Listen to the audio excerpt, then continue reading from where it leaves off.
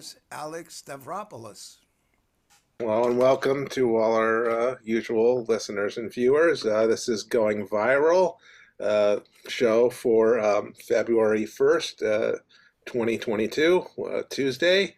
I'm Alexander Stavropoulos. With me, we have Dennis Goldstein, Victor Walis, and Ken Aaron. And Jim Dingman may be joining us. I'm in, Manhattan, New York. Ken's out in California near LA. Dennis is in Morris, New Jersey, and Victor is out there in Massachusetts. All right, so let's get to some of the news of the day and start off. New president in Honduras, their first female president ever, Xiomara Castro. And so this is an Al Jazeera clip. Tegucigalpa, as Xiomara Castro, a former First Lady of Honduras, was sworn in to become the country's first female president. Queridas hermanas y hermanos. Dear sisters and brothers, Honduran people, the presidency of the Republic had never been assumed by a woman in Honduras. 200 years have had to pass since the declaration of our independence. City streets throughout the capital, Tegucigalpa, closed for a parade to celebrate the historic inauguration. Many expressed their hopes the country may finally turn a page after more than a decade of single-party rule, marred by scandal and political turmoil that have fueled a historic wave of migration. We hope that she will deliver that which we've been hoping for years, that people will no longer migrate to other countries, that people will stay and have decent employment, because we all have a right to that, and it's what a majority of the people expect, to stay in their country. Nobody wants to be away from their home, and that is what she will accomplish. Dozens of high-profile guests were also in attendance, including U.S. Vice President Kamala Harris, who seeks to strengthen a bilateral partnership with Honduras to address the root causes of migration from Central America. Poverty has increased by 74% to turn our country into the poorest in Latin America. This statistic in itself explains the caravans of thousands of people who flee north towards Mexico and the United States. While the mood here in the capital city is that of celebration, Inauguration Day is taking place under a backdrop of a political crisis in the Honduran National Congress. Legislators, however, appear to have at least temporarily put aside the political standoff to allow citizens to celebrate the peaceful transfer of power. President Xiomara Castro ran on an anti-corruption platform, promising an overhaul of the country's legal system. Her ability to govern effectively, however, will ultimately depend on finding common ground with her political opponents in the Honduran legislature. Manuel Rapalo, Al Jazeera, Tegucigalpa. All right, so that's both. Of course, Honduras has many, many problems that she's going to have to deal with. It's interesting that, well, so far, even though the U.S. participated in the coup that overthrew Xiomara Castro's husband, Manuel Zelaya, back, I think it was 2009.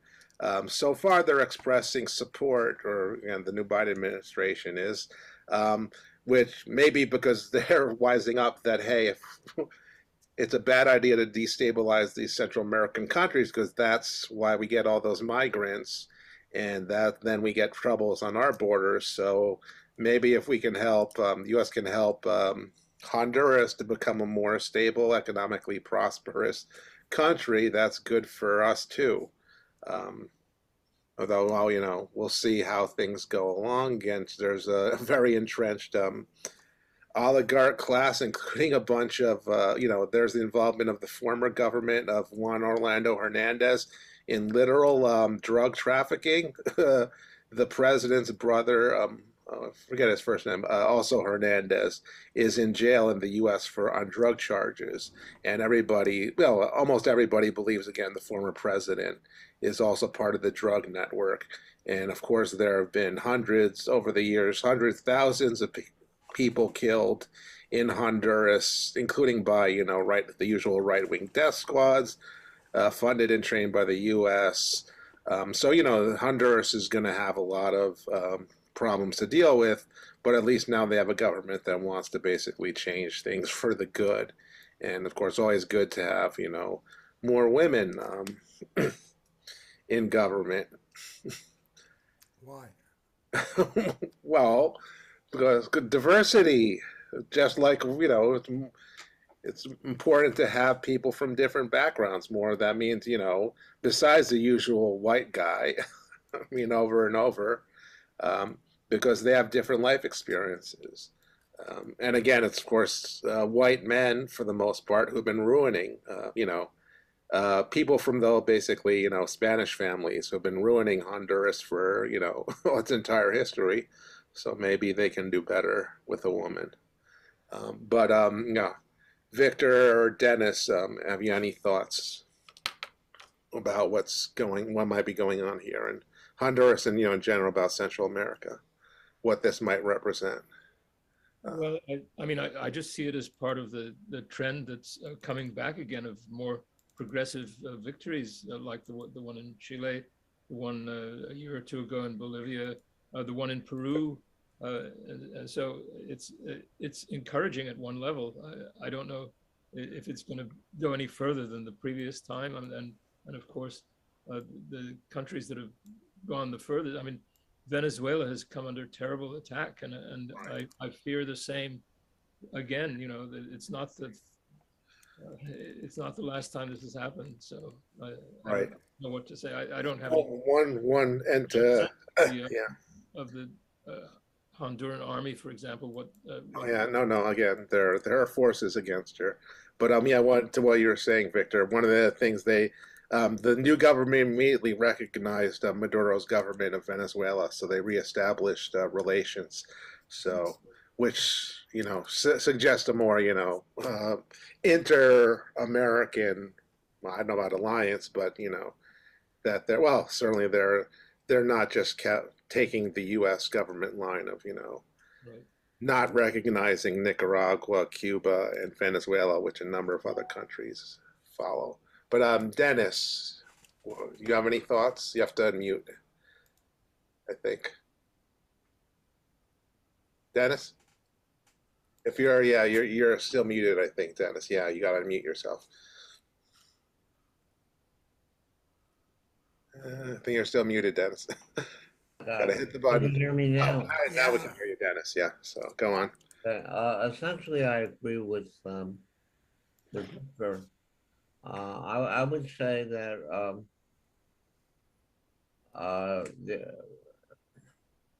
that they're part of the process in Latin America, which is going to free itself from U.S. imperialism. Mm-hmm.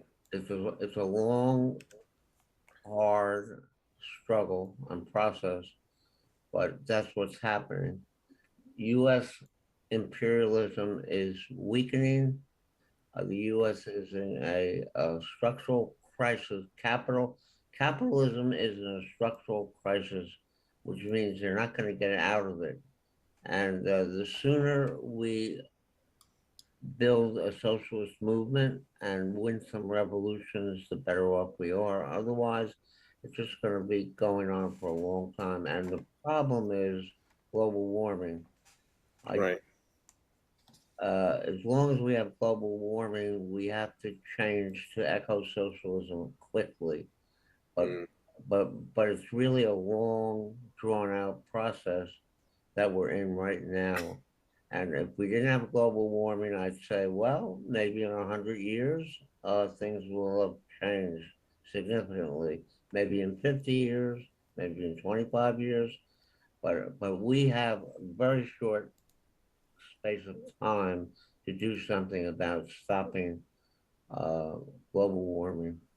And I'll just leave it at that. Right, which will, of course, in fact, affect Central America more than most because they're in a tropical region.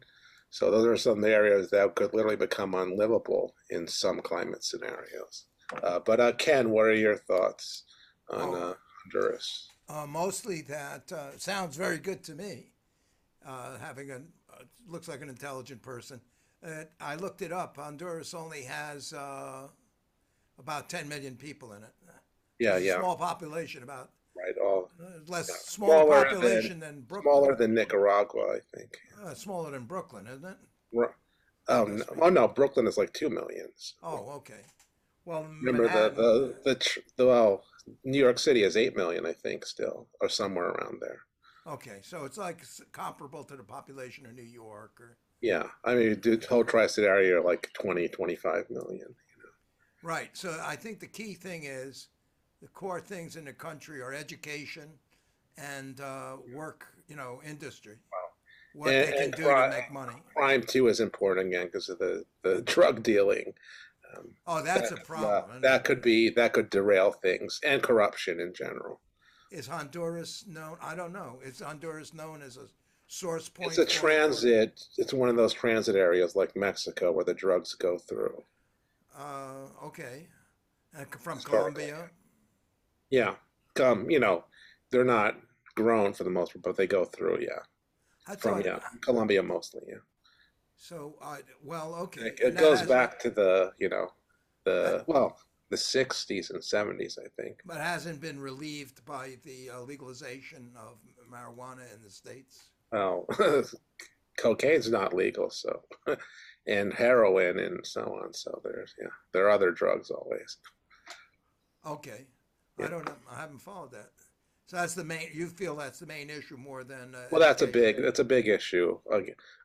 I think the bigger issue is the party that's leaving power.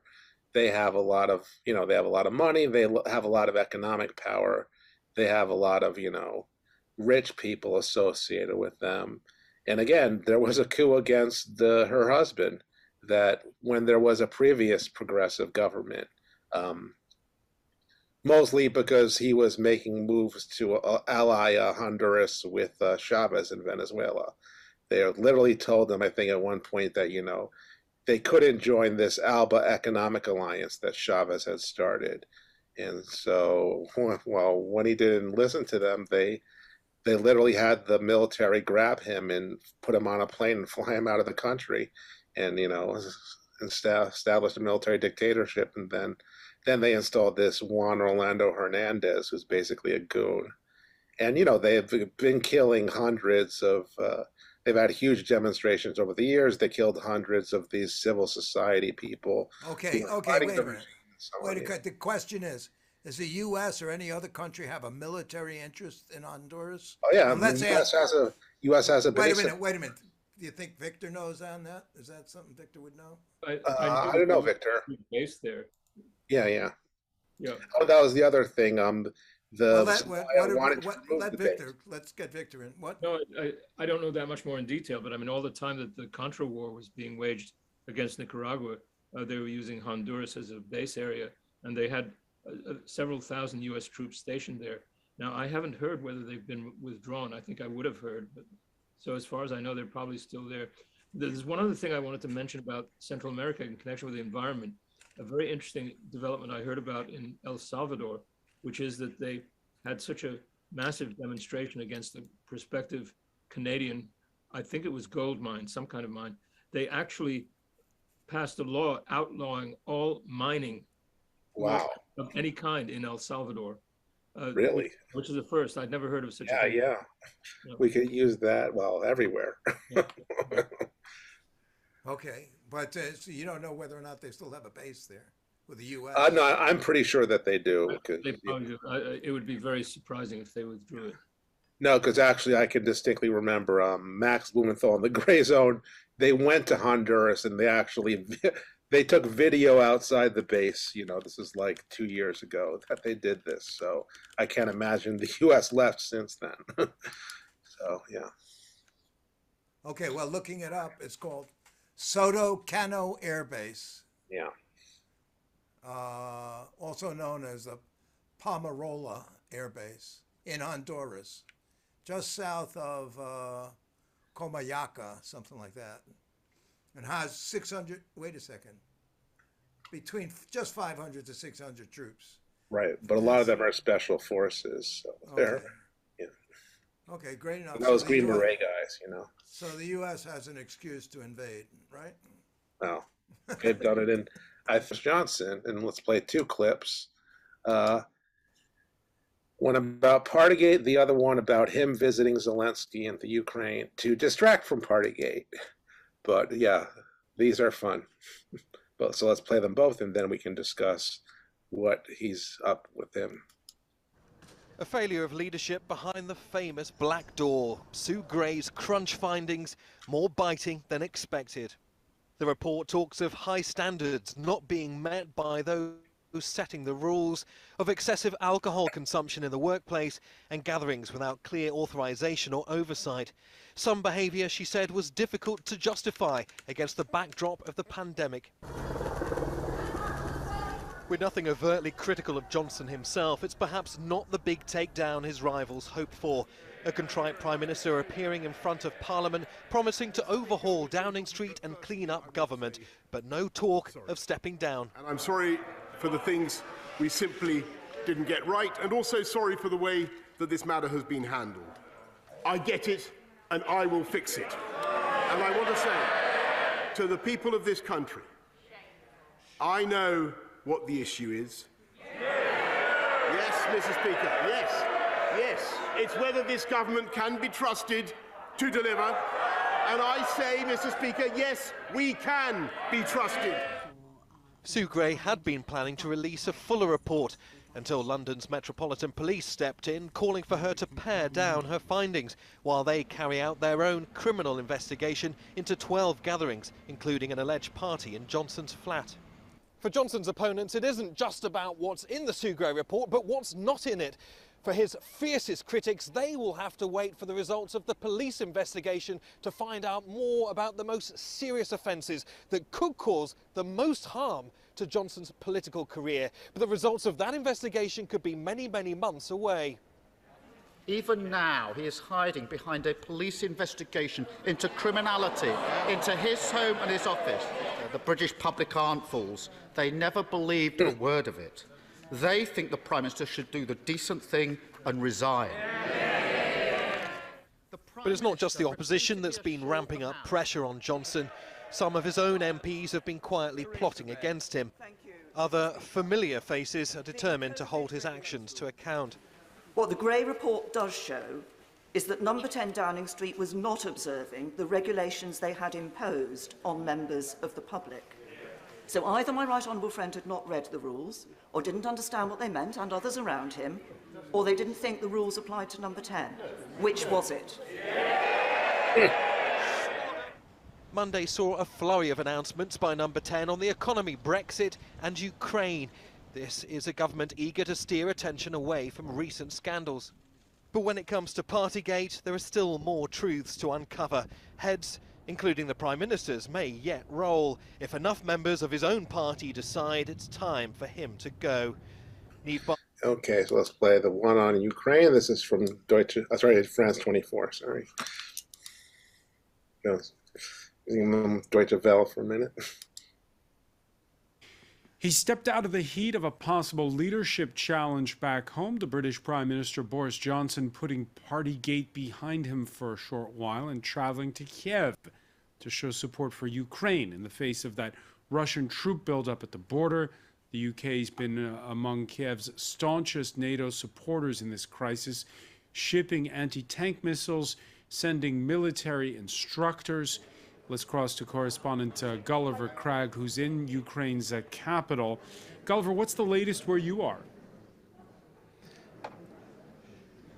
Well, we're just waiting for Boris Johnson and the Ukrainian President Volodymyr Zelensky to come out and speak to the media, but we're not really expecting any surprises after their short bilateral meeting. Boris Johnson is here to show the UK's support for Ukraine and perhaps to enjoy for a few hours at least being in a city where he is clearly rather more popular at the moment than he is in London. Ukrainians have been piling praise on the United Kingdom for its swift swift response to the pressure coming from Russia with all these troops massed outside the border for sending weapons, particularly those anti-tank missiles. The Ukrainian social media have been full of memes praising the United Kingdom and denouncing Germany for refusing to send weapons. So I think that Boris Johnson's approval ratings here in Kiev are really riding high. And Volodymyr Zelensky also today, actually in a speech to the Ukrainian parliament, was talking about the solidarity from Ukraine's Western allies, trying to stress that there is no division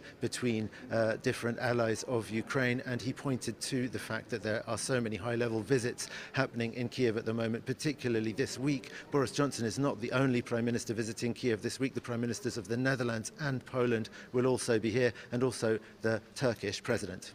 Why is it that the UK is, I guess you could say, ahead of the curve when it comes to NATO allies going all in and supporting Ukraine? I don't want to comment on the relationship between the internal political situation in the United Kingdom and Boris Johnson and Liz Truss's decision to suddenly show quite so much support for Ukraine and send so much aid. But I think that the United Kingdom does also have a somewhat different analysis of the situation than some other NATO allies, in the sense that Ben Wallace, the Defence Secretary, put this the most bluntly. The whole NATO thing to them is a straw man. What this is really about principally is Vladimir Putin's need for influence over Ukraine, and that's why the United Kingdom, I think, perhaps is more on the same page as the Ukrainians in this, in thinking that Vladimir Putin needs to be stopped in Ukraine and he needs to be dissuaded by a strong military position for Ukraine, and that's why they think that sending weapons will help. And once again, with each passing day, it sounds like a similar story. More troops on the the Belarusian side of the border, positioning themselves north of where you are. But at the same time, a telephone call between the Russian foreign minister and the U.S. Secretary of State, Sergei Lavrov, saying the U.S. is, quote, ready to discuss Russia's security concerns. Standing where you are in Kiev, what's the feeling? I think the feeling is that the more the Russians talk about further diplomatic efforts, the more one gets the impression that they are not quite sure how to respond, and that they are perhaps genuinely looking for a way to out of this diplomatically. I mean, yeah, every day that they don't attack and that they schedule dates for more negotiations is a day that the Ukrainians can at least have a bit of a breather and know that they're not going to attack tomorrow. Many thanks. Gulliver Cragg, who's getting ready to follow that press conference between the UK Prime Minister Boris Johnson and his host, the Ukrainian President Volodymyr Zelensky. Okay. All right. So while you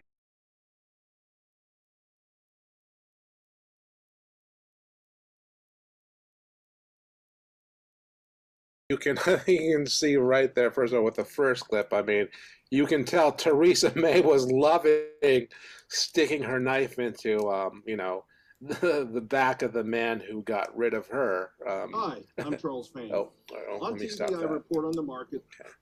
Okay. Yeah, so that's again on the domestic politics of the UK, of course, and they're clear, you know, I won't hold back like the France 24 guy. You obviously, part of this, certainly Boris Johnson going to the Ukraine, is basically Operation Distract from Partygate.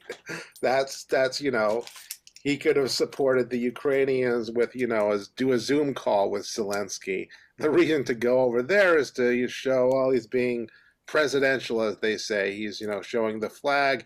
He gets to be nationalistic. He gets to, you know, shift things over to, you know, a foreign policy crisis, which, you know, generally makes the government, people rally around the government.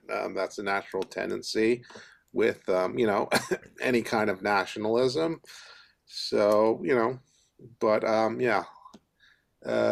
Victor, what are your thoughts on women? I can't think commenting too much before, but what kind of odds do you give Johnson of surviving this whole Partygate thing now? You think it's the end of him eventually? I really don't know. I'd rather comment on the Ukraine. Okay, yeah, we'll do so then. Yeah. That's what I find more concerning and more alarming.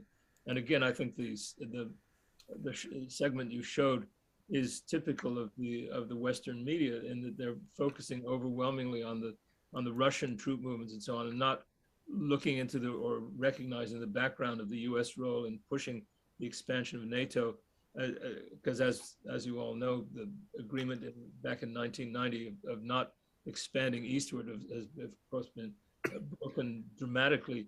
And I mentioned interesting things that I heard. I think it was on this morning's Democracy Now! Show. One of them was the observation by the German peace activist to the effect. Oh, I have that clip, Victor. Yeah, the Russian troops are apparently, according to him, 350 kilometers away from the border. It's not as though they're right there, but poised to invade. And the other thing was an observation made by Juan Gonzalez to the effect that, well, they talk about 100,000 Russian troops on their own territory, and the U.S. has 320,000 troops in Europe.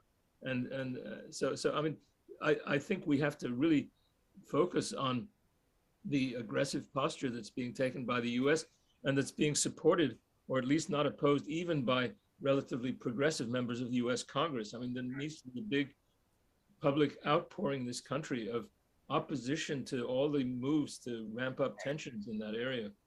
Right. Well, I don't use in the first part, I saw from Democracy Now! I think, where they have Medea Benjamin on, I think they're going to start demonstrations, Code Pink, against the war, stop the war, kind of. So hopefully that can lead, hopefully groups like the Answer Coalition can organize.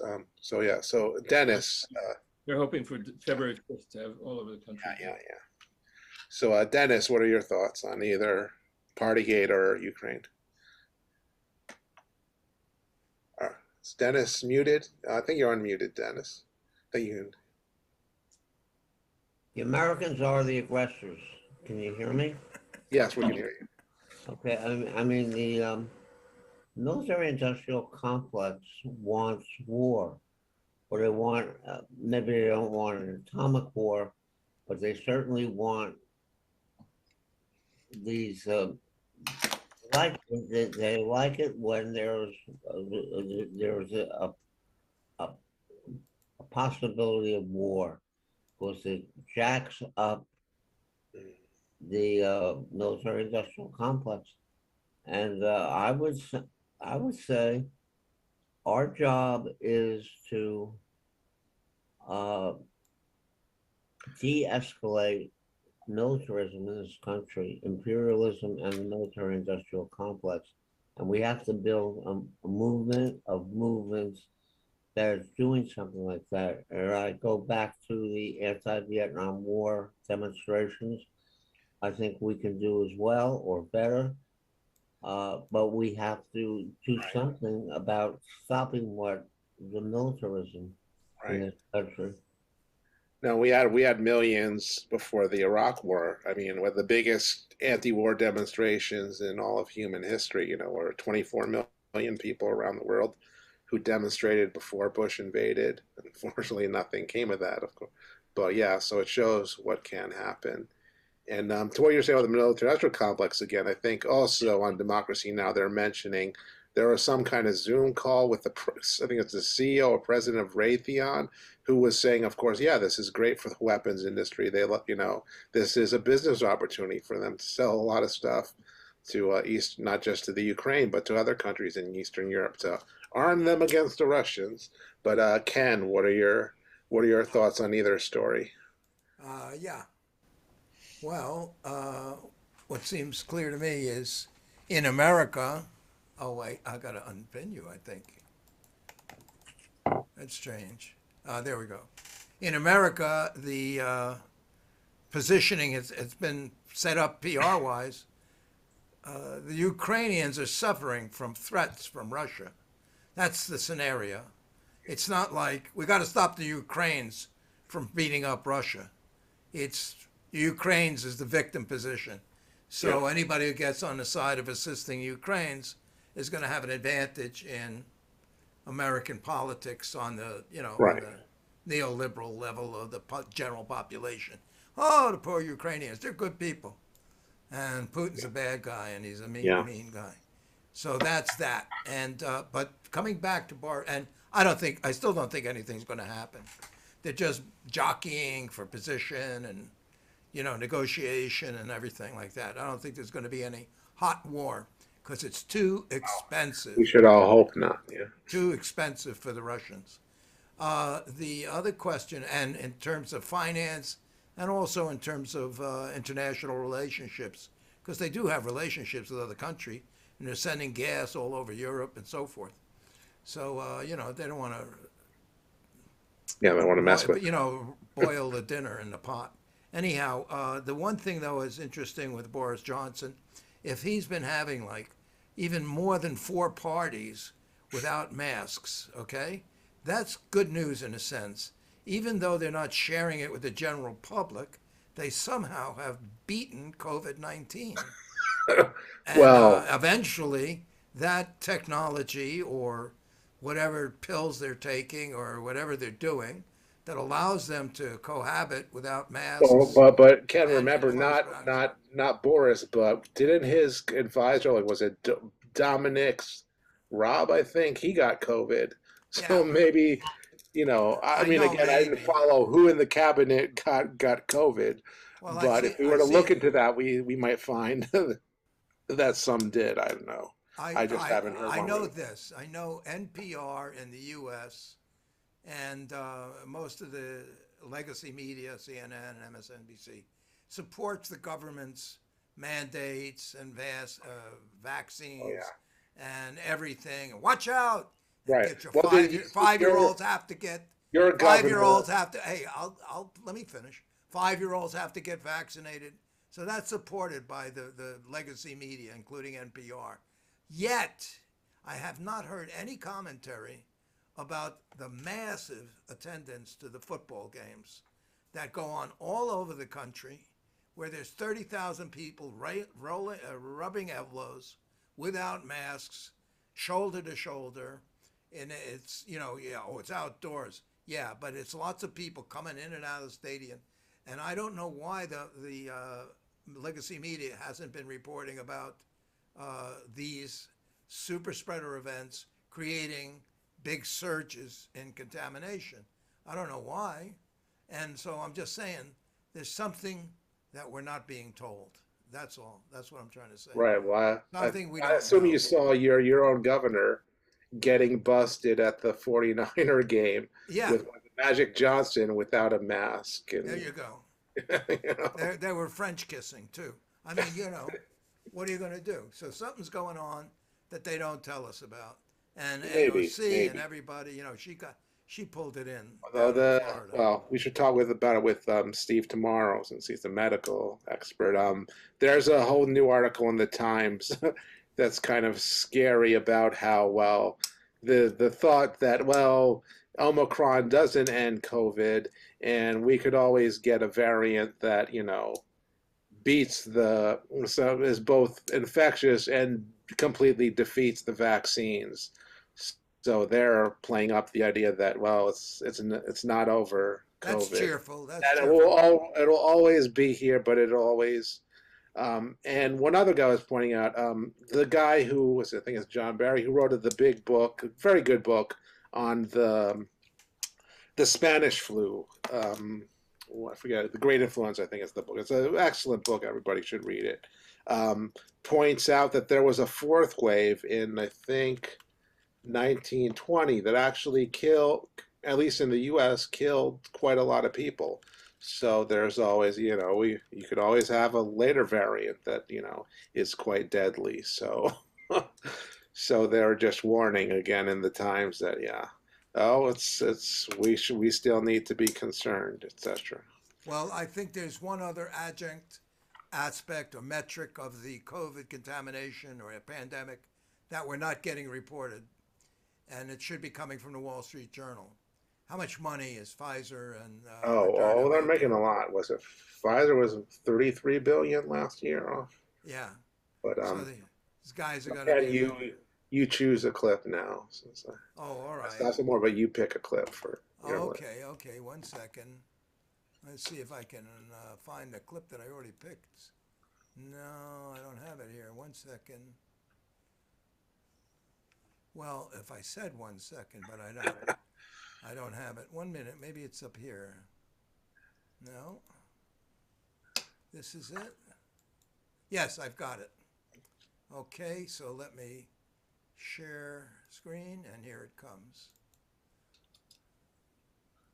Okay, yeah. Let me make sure my... This is a fun one. Share my... Who is this from, Ken? Who's writing it?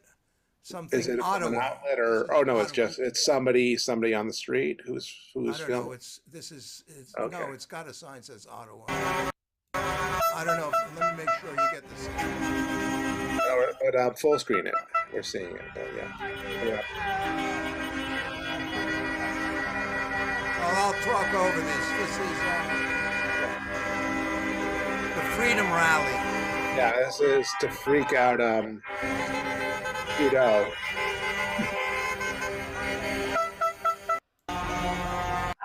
Was it the longest trucker convoy in history or something?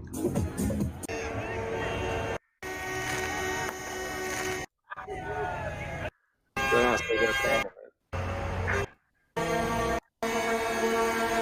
Go back a little. I want to see what their side about Trudeau said. Okay, now let me give you the other part of this. Hiding out, huh? Oh, you gotta unmute. It's muted though, Ken. You gotta, yeah. Oh, you might want to read it.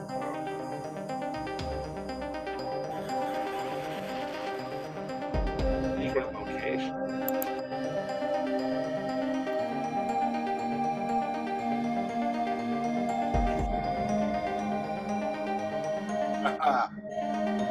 Love the hammer and sickle.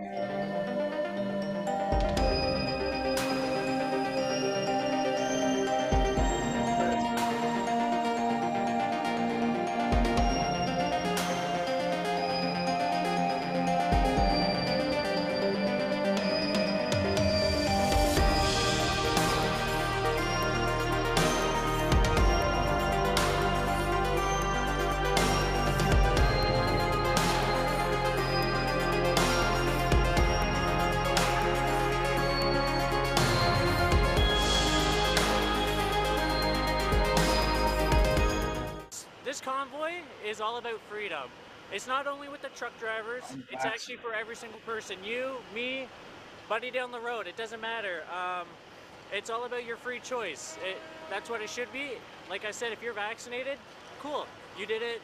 Well, most people did it because of work, but you know, you should do it off of free will, off of your own choice.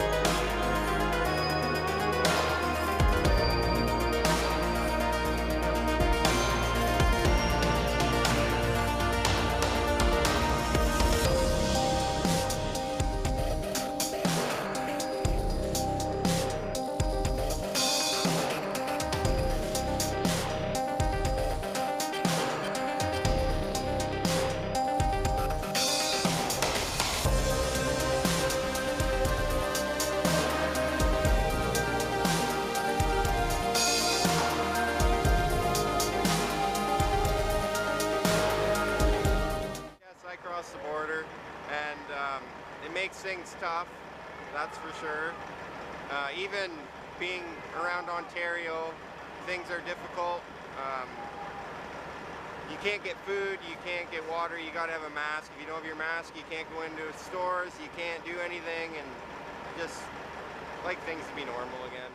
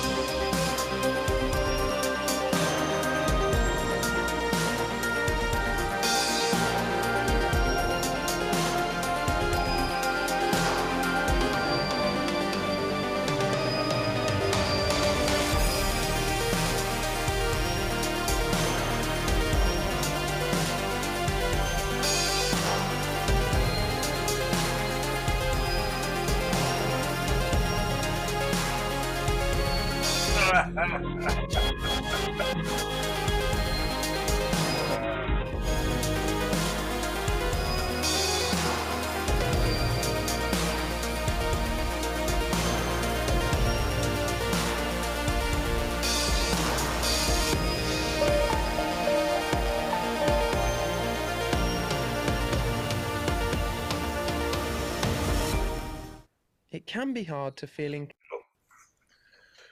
All right. Well, might be a bit of an overreaction from the Canadian government. I think sometimes with those kinds of things, it's better to, not play into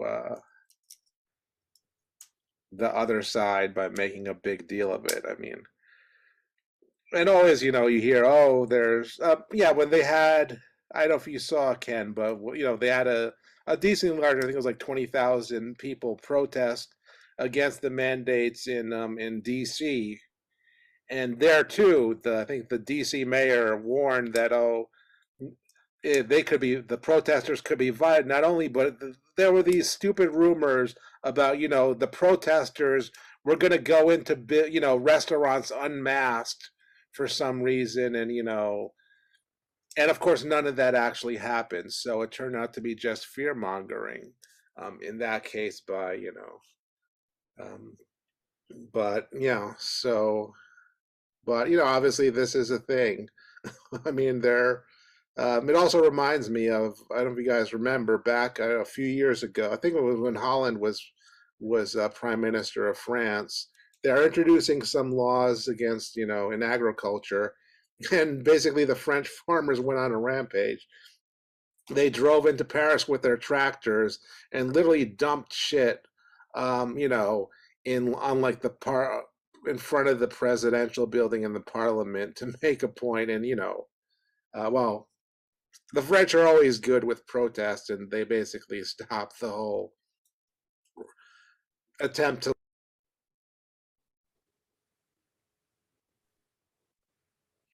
But Ken, you're muting us all, I think. You muted yourself, Ken. I muted myself instead of muting you. Okay, hey, Victor, what do you think about that protest? Oh, well, I think it's a big issue like it is in the United States. I guess my main feeling about it is the attitude of objecting to any kind of public health guidelines is what bothers me. Because I think that there's a rational part of it which has to do with all the say the financial pressures behind the vaccine stuff, which we've talked about before. But that seems to be something that really needs to be properly debated without fear of censorship. But the reaction against any and all regulations governing masks and distancing and so on is that's sort of the right-wing element of the whole thing.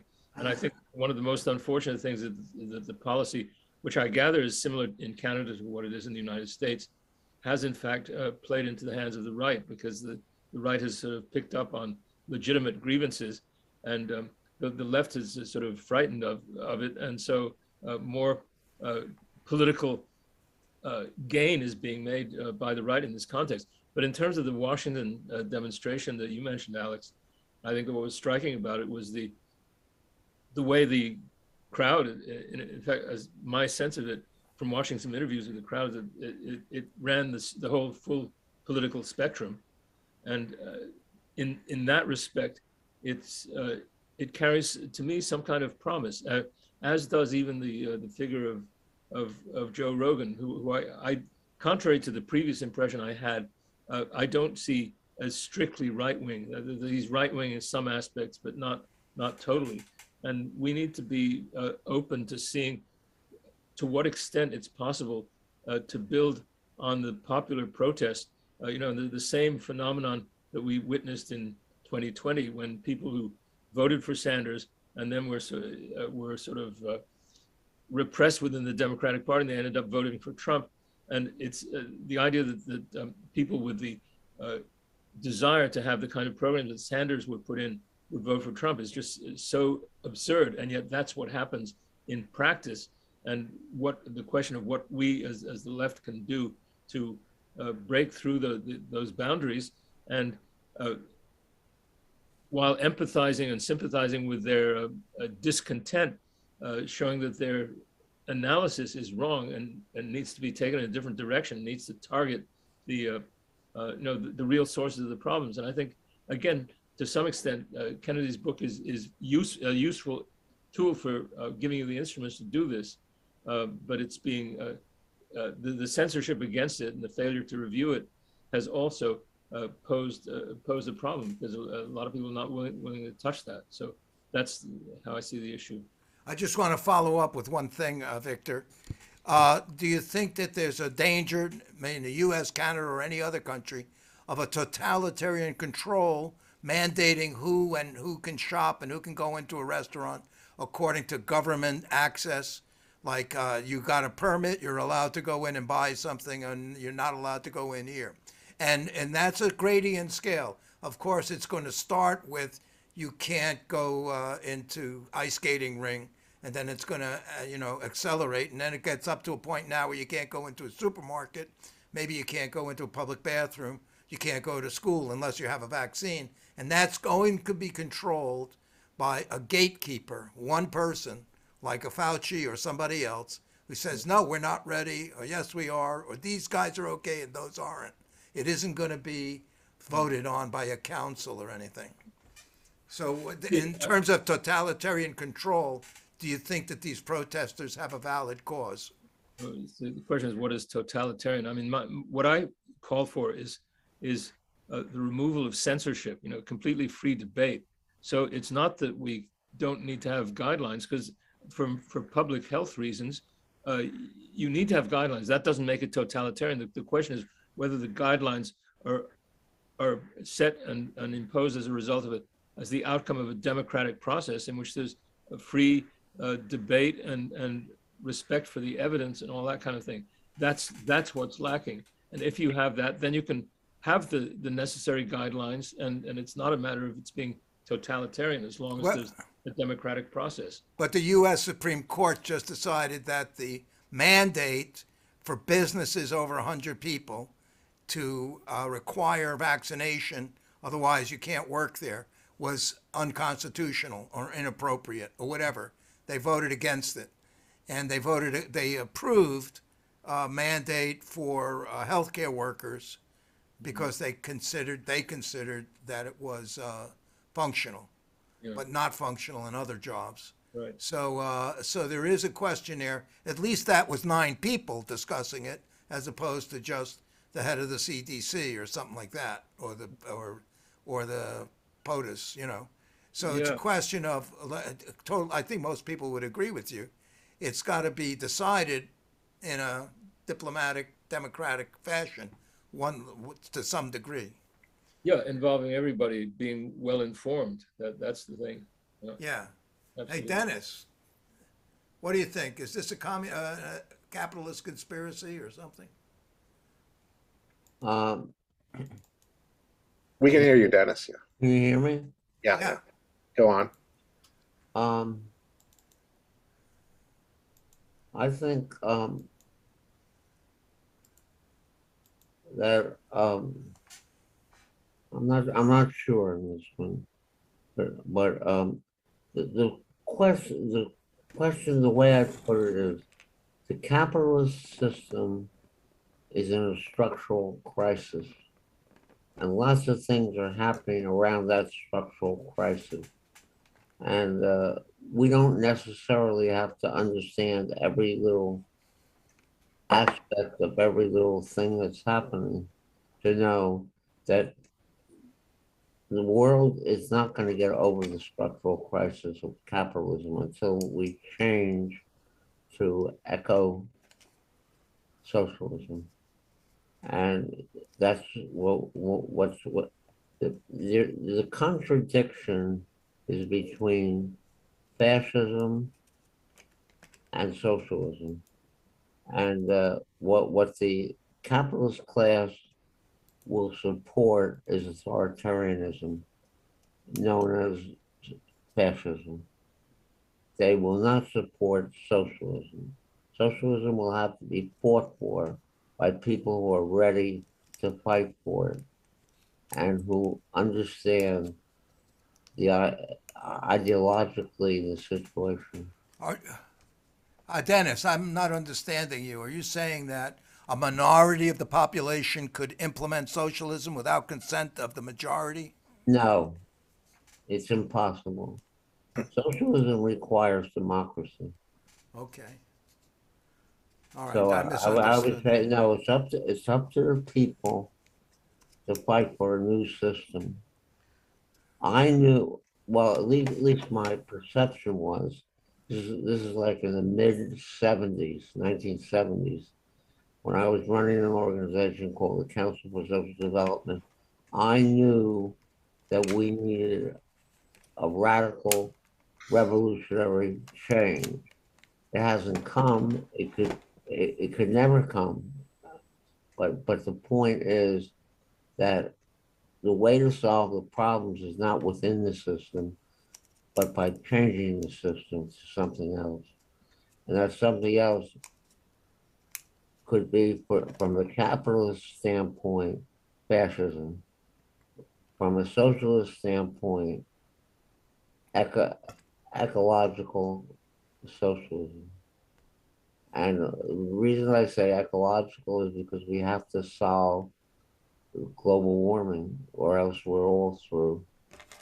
Okay. Okay. I'll just leave it at that. Thanks, Dennis. Hey, Alex, what do you think about those Canucks up there going crazy with the trucks? I mean, it's something some of the truckers down here, though, I think more of them in the U.S. responded by just basically stopping, saying that they're not going to work, or, again, remember the bus drivers in, I think it was Chicago, who stopped working when they imposed the vaccine mandate on them.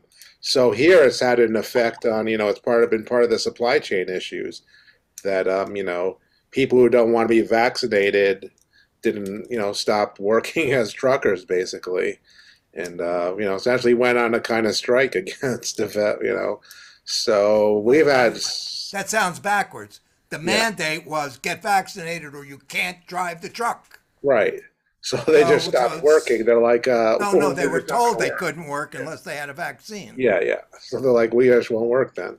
No, but it was other people striking who were vaccinated, but were truck drivers supporting the people who weren't. Right. There is that. Yeah. And I think there have been some, vaccinated truckers who also, certainly we haven't had a convoy like this here in the U.S., but people may get an idea now. So who knows? Maybe there'll be a bigger trucker convoy to D.C. at some point.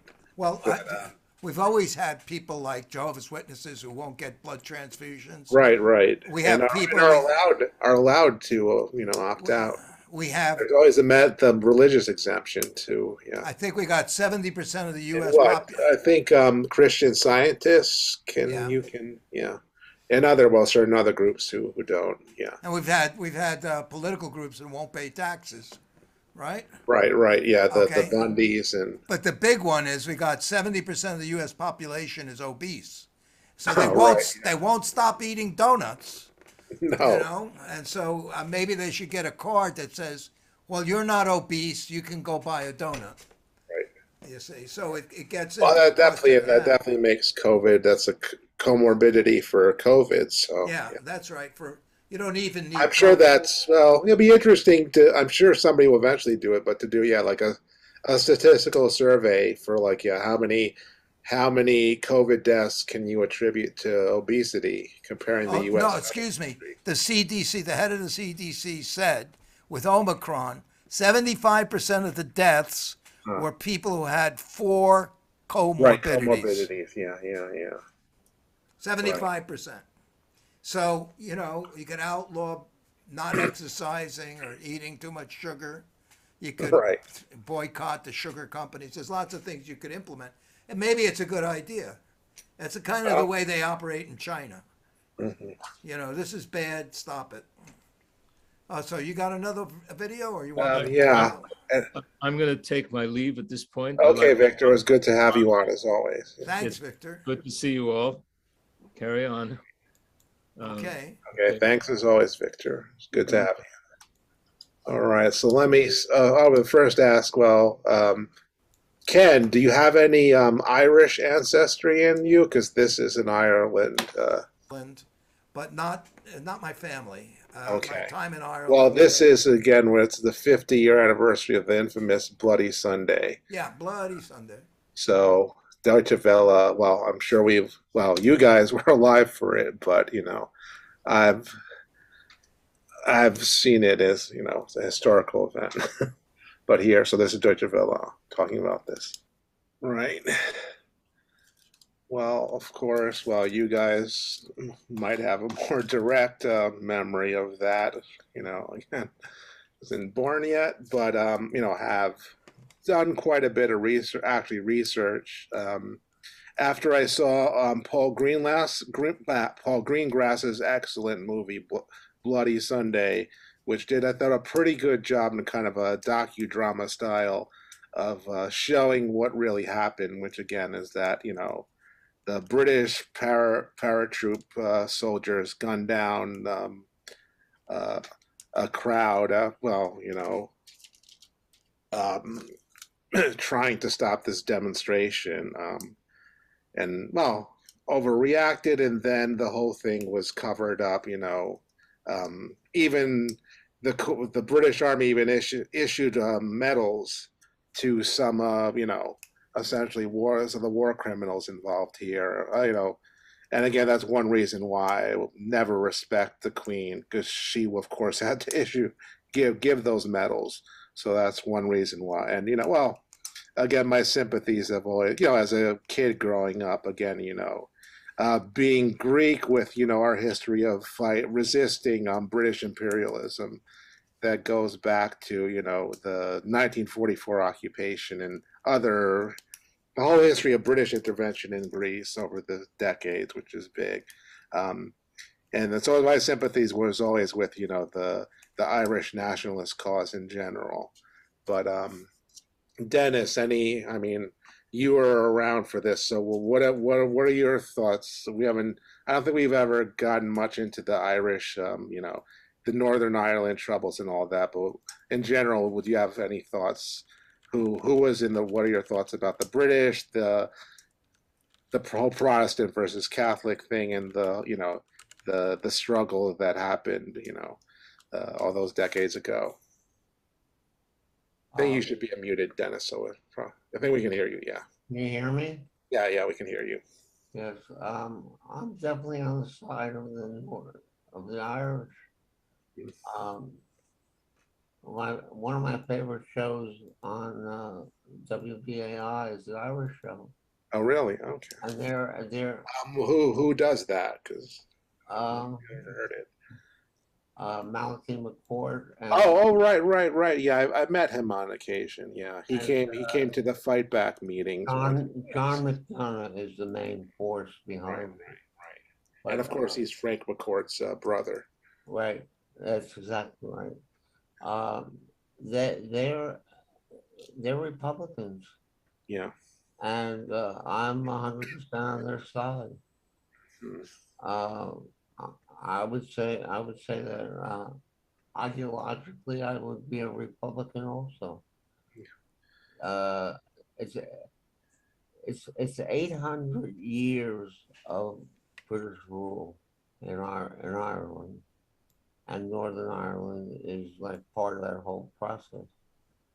And no, it's like no,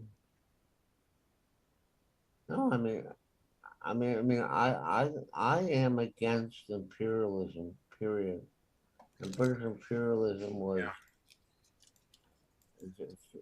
British and American imperialism were the top two imperialisms in the world. Well, certainly historically, yeah. And we have to, I would say that we have to oppose imperialism. We have to oppose U.S. and British imperialism in particular.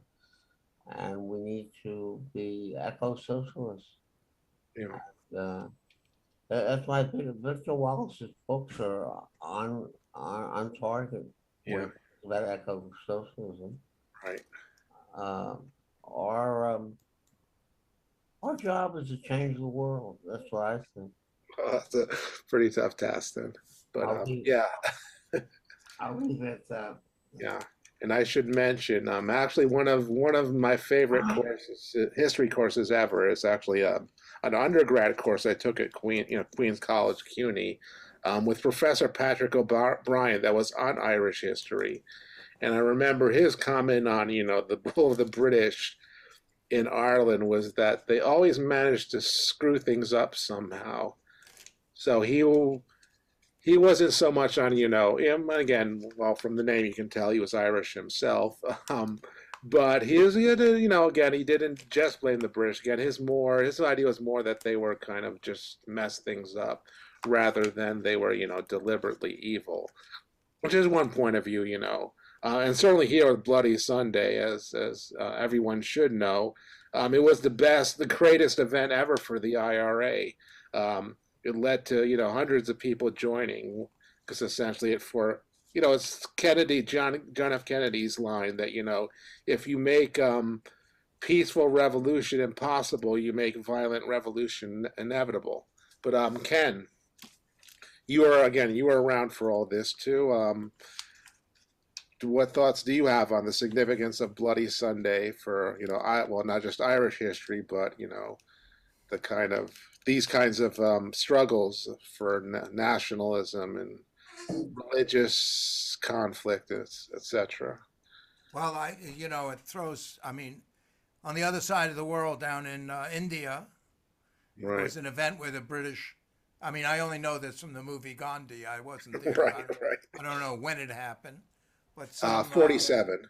47, some, general with a pole up his rear end goes in and says, "Fire on the public," and he starts killing people. Oh, sorry, yeah, that's 34. That's the Amritsar massacre. Yeah. Right, same kind of a thing.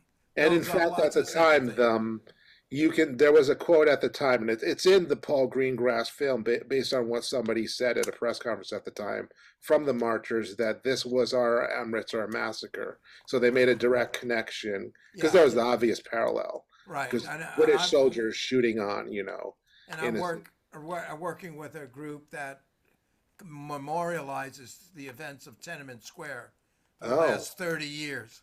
And, and I think that at least the Northern Irish, who are mostly Catholic, should look deep in their hearts for some level of conciliation and forgiveness, because even Greece, I'm sure if you look back in history, Greece conquered lots of nations around the islands around it. And not recently, but yeah, you go back. Well, at some point in time.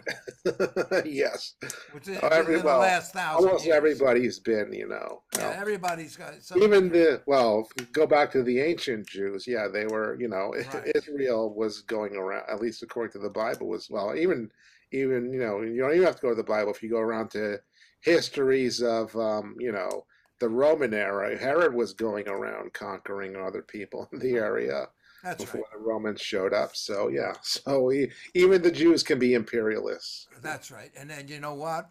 A lot of men that are married and have faithful wives cheat on their wives sometimes. And some wives cheat on their husbands, Shit happens. Yeah. So I personally do not appreciate memorialization of tragedies, usually which are minuscule. You said 13 people got killed? Yeah, well... 13 people get killed crossing the street every day in Manhattan. Well, it's more, again, the effect that this... Yeah, I know, but that's what's being steamed up, the effect, as opposed to the cooperative Well, the Amritsar massacre, I think, was 300, so, the one in India. Yeah.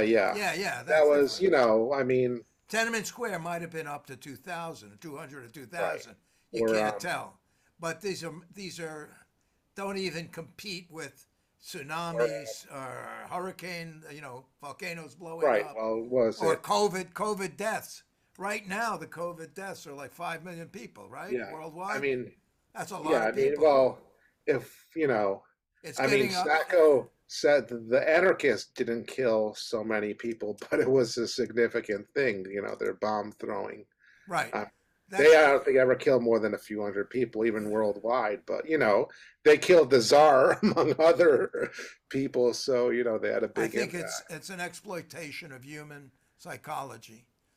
Right. Remember the Gipper. Remember the Gipper. Terrorism is, it's about using violence to get a political result, among other things. Yeah, and a memorial over and over and over and over and over and over. Every year we're going to light candles and do a vigil, and it's like it's out of the past. It's not in the present. It's out of. We're going to remember, so I can't support that. But I think what the British did in oppressing the Irish was detestable. And I always support the Irish fighting for their freedom, even today and always, because the Irish are a superior group. You want to be open about that? Yeah. They contributed a tremendous amount. They certainly have been oppressed for. They're not a notable group because they've been oppressed. They're a notable group because of what they've contributed. Oh, sure, culture. No, the culture certainly, You know, and all of that. Literature alone, right? Literature and music, yeah, absolutely. So, and I just love the Irish, that's all. I'm prejudiced. All right. I got to say, that's one of the benefits of being prejudiced. You got somebody you like. All right, well, so there pick you a go. clip. I'll own up to that, absolutely. Let's see, what's next? I'll throw one in. Yeah. Okay, now this is something I'm having trouble with you New Yorkers confronting. So let me bring it up. I got to share. Here we go. Jason Rivera's funeral in St. Patrick's Cathedral last Friday, where thousands upon thousands of police officers stood along Fifth Avenue, shoulder to shoulder, and someone believed that it was the perfect opportunity to threaten or harm police officers, and said that he would be watching and waiting for the next one. This morning, at least 2 police unions are condemning this disturbing video, and the NYPD tells me it's aware of the post, but said that at this point, there are no criminal charges that have been filed. The person is not under arrest. Pix 11 has reviewed the video, and the man announced his aspirations to allegedly harm those gathered for Wednesday's funeral for partner Wilbert Mora. As a result, the Detectives Union president is imploring the U.S. Attorney's Office to arrest that man on domestic federal terrorism charges, saying he's already facing legal troubles for a racially laced tirade against an officer here last year. In a statement, DEA President Paul DiGiacomo said, quote, "We need federal assistance now to stop a possible terrorist incident. The threat is real. The time for action is now." There were at least 2 other social media videos that surfaced and were flagged, one from an actress, another from a Brooklyn school teacher. Both have reportedly been fired from their jobs. At this point, the New Jersey man who made these threats online has not been arrested or charged. Reporting from Midtown, I'm Anthony DiLorenzo, Pix 11 News. Okay, so... Well, it sounds like he's going to be arrested shortly. So, I mean, just sounds like an idiot. I mean, no, I'm not. What did he expect? He's going to threaten cops and no legal consequences. No, I'm not talking about that. I think the issue is the cops getting shot. Now, is the media causing an overreaction to police fatalities, or is it a situation in Manhattan?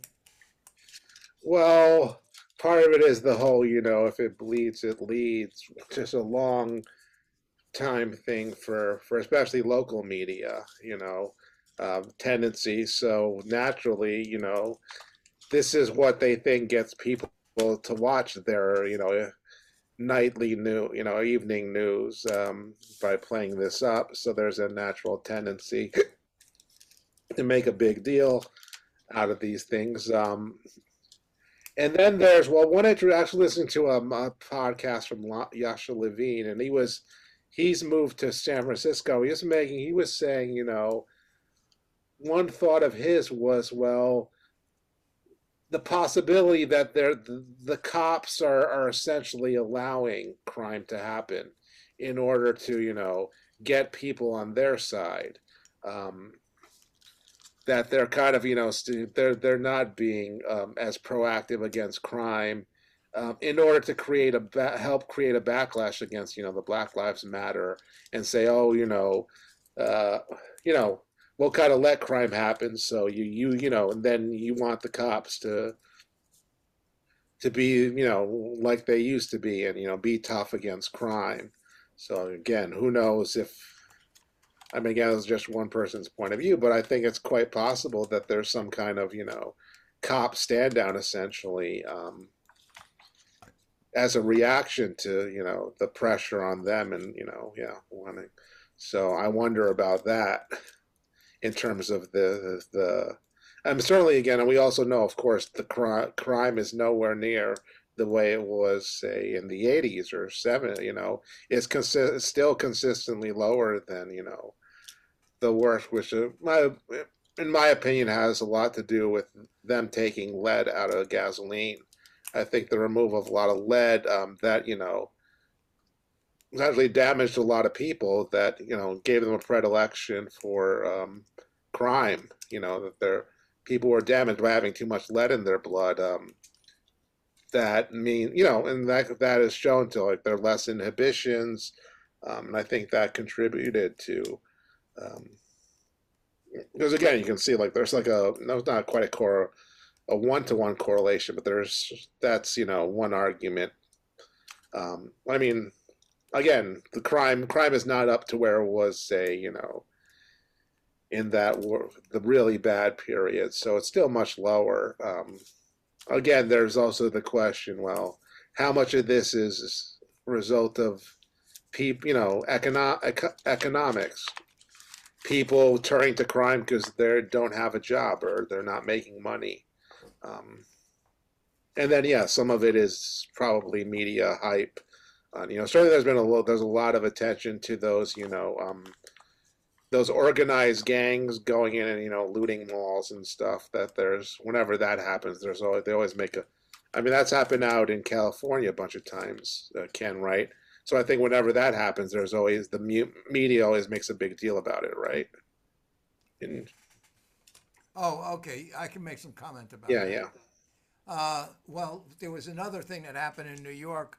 I looked up and double checked. It was on the Upper East Side, a Rite Aid pharmacy. The guy had gone in and done a podcast about not much stuff on the counters. He came back and did another podcast. The counters were empty because there's no restraint on the shoplifters. So they came in and emptied the store. Really? And then Rite Aid is closing it down.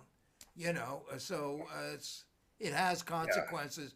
Yeah. And then if the neighborhoods are not safe enough for big box realtors to run, then they're going, segregation. Where's my Rite Aid? Where's my, there's no supermarkets here. So things go together. Let me finish. Okay, Ken. Remember, I have the superpower here, right. If I can find it, whatever. There it is. There we go. Ba-da-ba, bing. So anyhow, why aren't I here? There we go. Okay, so the other aspect of this is this. Yes, crime is down, but murders are up.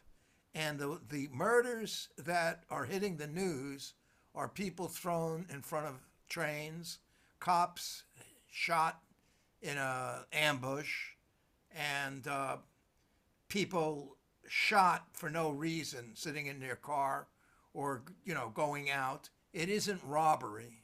It's just malicious murder. Maybe it's what they call hate crimes. So that's what's hitting the news. It isn't a question of economics, because they can go in and pilfer a store and nobody's going to stop them, as long as they don't take steaks that cost over $900. And they can take it and walk out. Nobody's going to stop them. It's not a question of food. It's a question of malicious intent to cause harm or death. And when it's random, you don't have to have a high incidence. You only need 3 or 4 or 5 incidents to put everybody in fear. We just went through this whole COVID thing. Your chances of dying are 0.1% if you're under 60. But everybody stopped working. Everybody put on masks. And everybody got vaccines. And the chance of dying is 1 in 10,000. And so, so it's the same way with murder.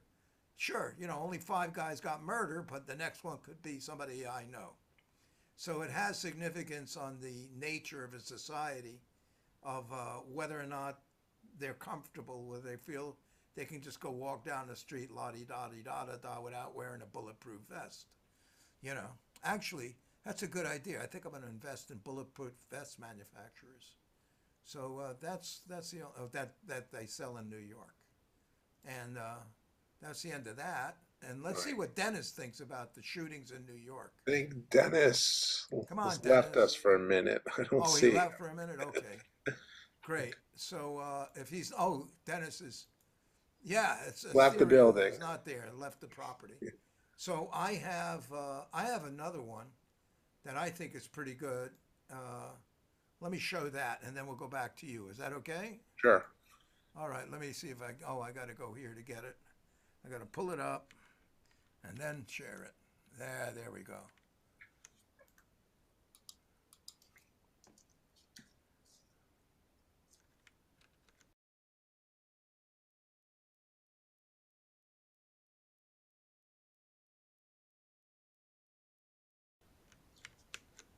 I haven't really, I'll tell you the truth, let me confess.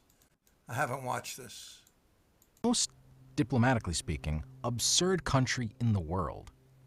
Born from the ashes of the last Qing Empire, it rose to global power status, fighting alongside Allied forces against the Japanese during World War II.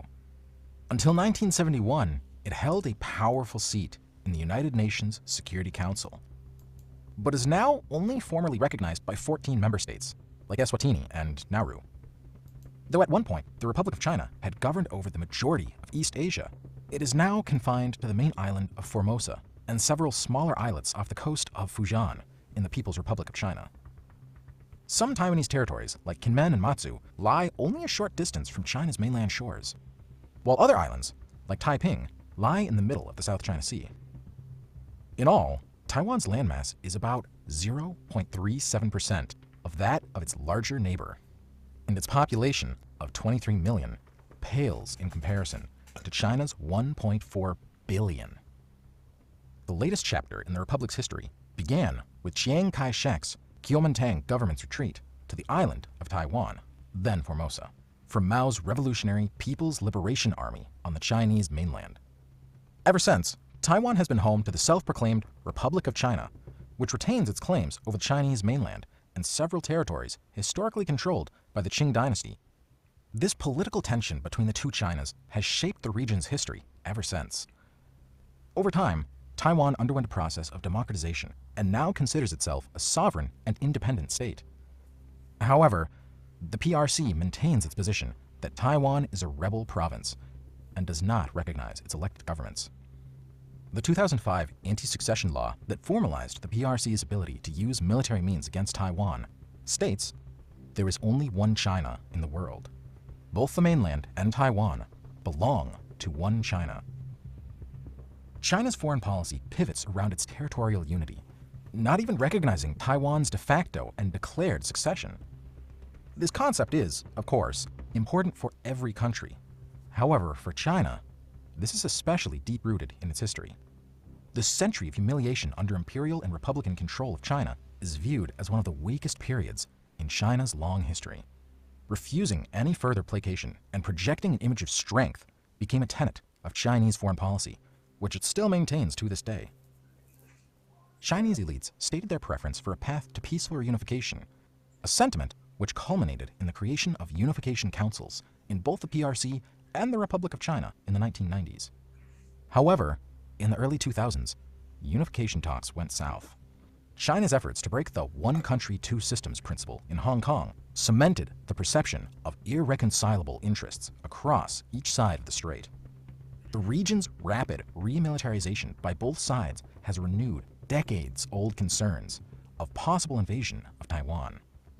An example is the higher number of PLA jets passing through Taiwan's air defense identification zone.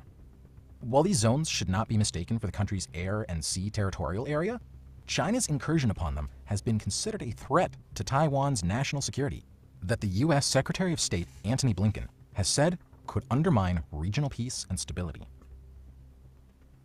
But why is Taiwan such a strategic objective for China? Political perspective aside, it is security deficiencies that motivate the Chinese government to bring the island under control.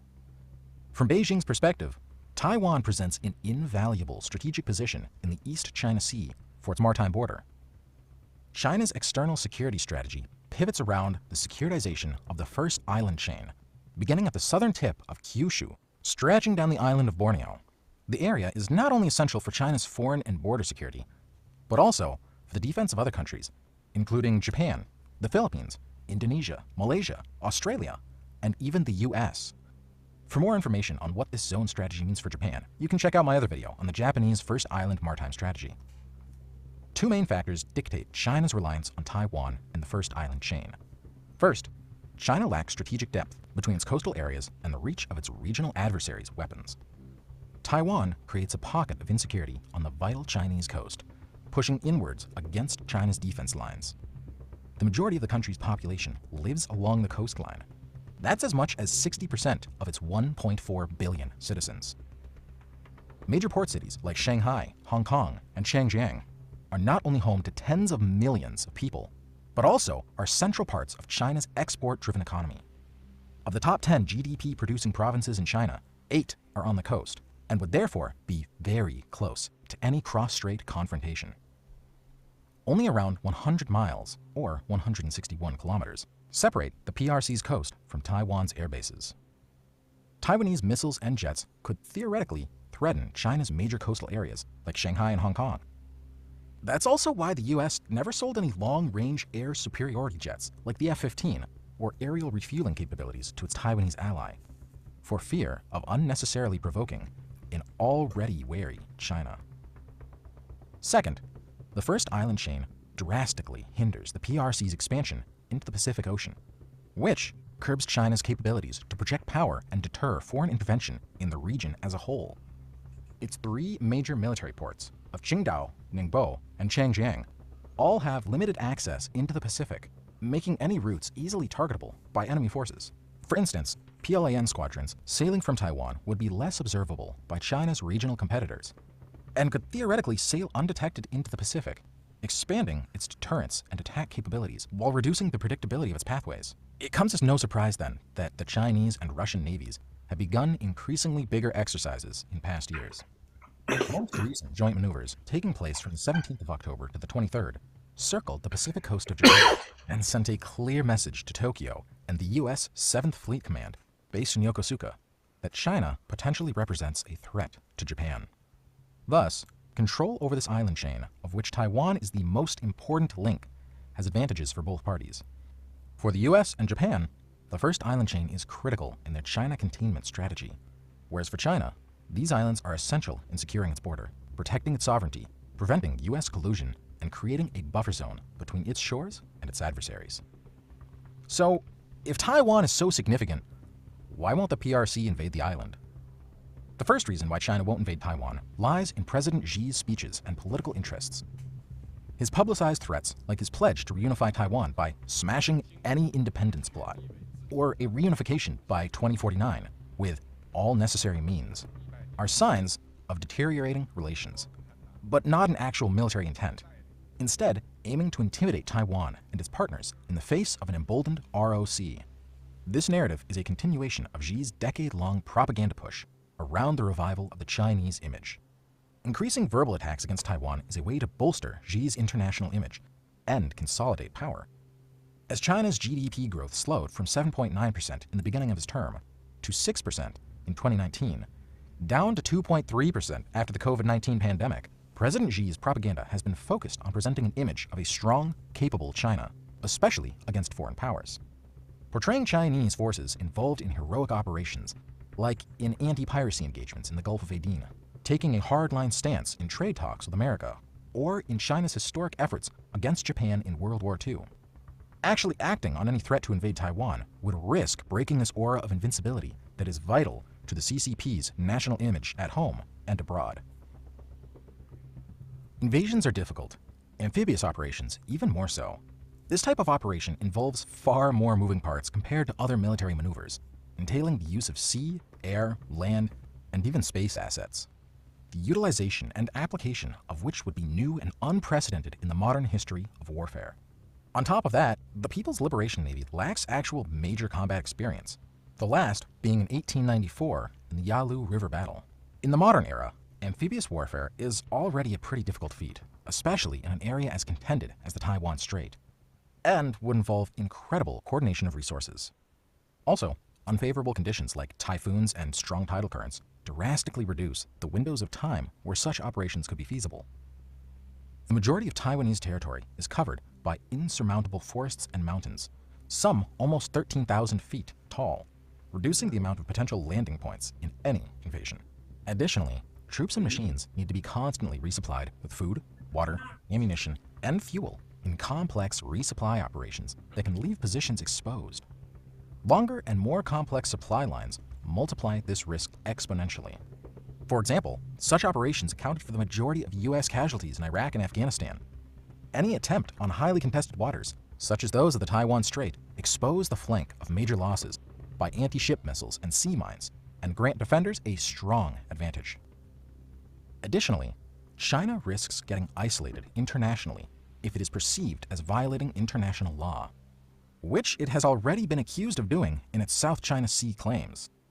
Disrupting its trade-dependent economy that accounted for 53% of its GDP in 2020 would mean China would lose precocious economic opportunities, which will cause an economic downturn in the world's largest manufacturer. An external risk of military action is only compounded by the political realities of East Asia. China lacks the firm alliances in the region which could protect, assist, or prevent any outside retaliation that could stem from an invasion of Taiwan. Russia's Pacific Fleet is limited in its movement inside the Sea of Japan, and North Korea and Pakistan are incapable of power projection in the Pacific. Compare this to the United States, which has spent decades building a deep web of military alliances and infrastructure in the region, meaning it can project power without any threat to its own population. Taiwan has built strategic partnerships through its strong relationships with the US and Japan. While American hesitation and strategic ambiguity might be mistaken as fragile commitment on the surface, Washington knows the strategic value of holding Taiwan, particularly in view of a possible confrontation with China. President Biden has continued selling military equipment and sending American instructors to train Taiwanese forces, a policy begun by the Trump administration. This is a sign of deteriorating U.S.-China relations and America's firm commitment to East Asia. Taipei's relationship with Washington means it can count on a number of regional partners. Japan, South Korea, the Philippines, Australia, India, Indonesia, and Singapore all share, to different degrees, the goal of containing China's perceived threat. This commonality of interests allows the U.S. to leverage on a coalition network, while China is left isolated in its immediate vicinity. Closer to home, Japan's relationship with Taiwan is essential on implementing its strategic posturing. Amid a perceived assertive Chinese expansionism in the Pacific, Japan's position shifted from an accommodating stance visible until the late 1990s to a more proactive one, embodied by Prime Minister Shinzo Abe's administration. A main concern for Japan is losing its remote and secluded islets in the Nansei Shoto archipelago, anxiety aligned with a wider contest over the first island chain. If China took Taiwan, Japanese remote archipelagos would be under direct PLAN threat. That's why Japanese leaders have also publicly stated that in case of a military aggression, they would be sending forces to Taiwan's aid. However, it remains to be seen how much and to what degree Japanese forces will be able to take part in a defense of Taiwan. Japanese constitutional constraints are yet to be clarified, and the population is still majority against normalization. Perhaps Beijing's most unforeseen enemy in its fight against Taiwan is itself. Despite their contentious history and a growing rift between their forms of government, Taiwan and China have grown increasingly intertwined economies over the past decades. As a result, they have come to rely on each other for their own prosperity. For China, Taiwan is one of its largest sources of foreign investment. According to Taiwanese government figures, approved investment from Taiwan into China between 1991 and 2020 totaled $188 billion US. Additionally, cross-strait trade has become an increasingly important revenue source for both countries. In 2019, it was worth around $150 billion US. Nowhere was this reliance better demonstrated than in the 2020-2021 global semiconductor shortage. Taiwan has positioned itself as the largest chip and semiconductor manufacturers in the world. It has been estimated that Taiwanese companies produce around 84% of the world's most advanced chips under 5 nanometers. Semiconductor production can only begin after decades of investment, and these chips are not only used in smartphones and PCs, but also in most of the appliances that make the modern world work, from fridges to cars. This shortage saw the largest economies in the world scrambling at the whim of Taipei to feed their insatiable domestic demand for electronic goods. China would be well aware of the danger of cutting itself off from this critical modern market, and the cost of disrupting the status quo for political motives. For China, any military invasion of Taiwan entails a huge political and economic risk. In the current political environment, an invasion would isolate China and its economy, suppressing, halting, or even reversing its growth, and potentially threatening its government's very existence. However, a détente seems unlikely. Beijing and Taipei are guaranteed to be keeping a close eye on each other as the situation unfolds. Thank you for watching. If you like this video, please consider...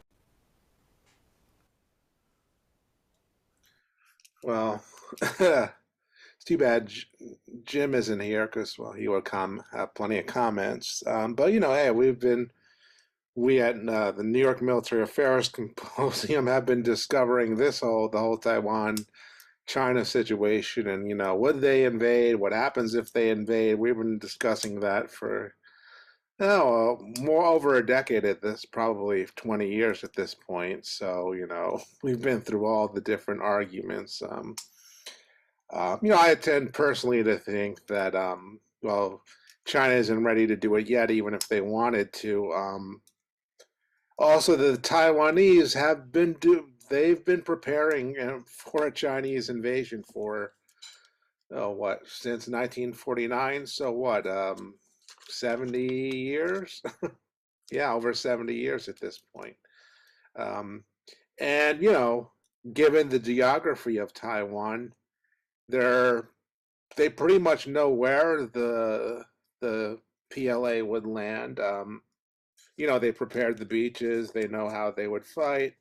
Like they said, an amphibious invasion is one of the toughest things you can ever do, which is why a lot of them fail, like, say, Gallipoli, if you want an example of a disastrous amphibious invasion. But again, there are several others. You know, the successful ones, like, say, you know, Normandy for, 1944, that require a huge amount of coordination, a huge amount of material, a lot of people, a lot of, air, sea, and land power working together. It's not an easy thing. So, it's going to be like if Putin invades Ukraine, it's a roll of the dice too. You never know. You're never certain of anything in war. It can go badly for you. So it's, there's the whole famous line by Helmut von Moltke, no plan survives contact with the enemy. So that would apply in any kind of conflict, invasion of Taiwan. So again, I don't see it happening, and especially when, there's still a chance of a peaceful unification down the line. And I think still in the minds of the Communist Party that, just naturally for economic reasons, they'll wear them down, and Taiwan will wind up being incorporated. Or maybe at some point Taiwan won't be as so important in their, the only thing is, it would be a strategic gain to get Taiwan in terms of that whole first island chain. But, there are a lot of risks too, especially economically and politically, to upsetting everything. But let me ask you a question. Kenny, since you watched the whole thing. Yeah. Let me ask you a question before we go to Dennis. Like the China, through private investors, but indirectly owned by the CCP, have invested in the U.S. Okay, or let's say there's been some cross investing, so they've invested in Taiwan. Yeah. If you get to belligerent military aggression, the U.S. government can seize anything they invested in here in the States. Well, Like there's a danger in that. I know, but they can freeze the accounts. They've done Yeah, that with yeah, sure. Iran, right? They do Right, it- but you know, I'm not. That's an added. but then they own. Remember that China owns, was it $2-3 trillion of our treasury bonds? Right. So they have leverage too. I mean, yeah. One of the interesting things is I was noticed a few. I think Michael Hudson was saying something about it that Blackstone and the other big hedge funds, the place they're investing their money now is China again. They think China is the best investment in the world. So U.S. banks and U.S. Again, well, Goldman Sachs and the rest of them, they're happy to still. So maybe Lenin's line about the capitalists are going to sell us the rope to hang them with is turning out to be true, because literally again if you want to make a whole thing, evil's a communist China, well, the West is basically funding them and investing, because they do get, China's, Biden's crowing about, we're going to have 5%. We had 5.7% GDP growth last year, but I think China's is going to have something like 8%. And of course, unlike the U.S., China, when they were saying, China only had 2% growth in 2020, that was in the middle of that was in the middle of COVID, when everybody else's economy was negative. So again, China in 2020 and 2022, they had some growth when basically the rest of the world was in decline. So they start from a better, a position above. If you're going to do that, again, this whole thing of Biden. But what I'm leading to, what I'm the inquiring, US is growing more, which is not even. What I'm trying to inquire about is, yeah, does cross investment, investment from one side to the other, I mean, act as a deterrent to conflict? Well, trade. It's more trade, because I don't think China does the, compared to say like Japan in the 80s. I mean, Japan did a lot more investing and buying up of properties in the U.S., actually to their detriment. Like we can think, like who was it? Mitsubishi bought Rockefeller Center, and they lost a huge amount of money on those kinds of different Japanese corporations, on those kinds of real estate deals in the end. So,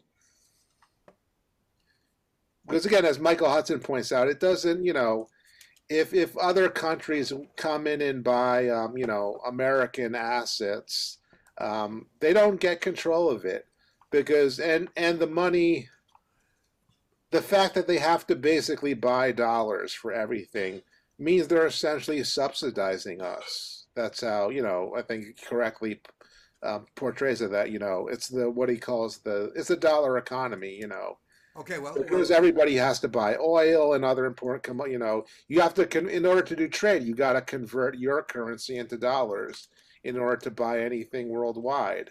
So essentially, our deficit is,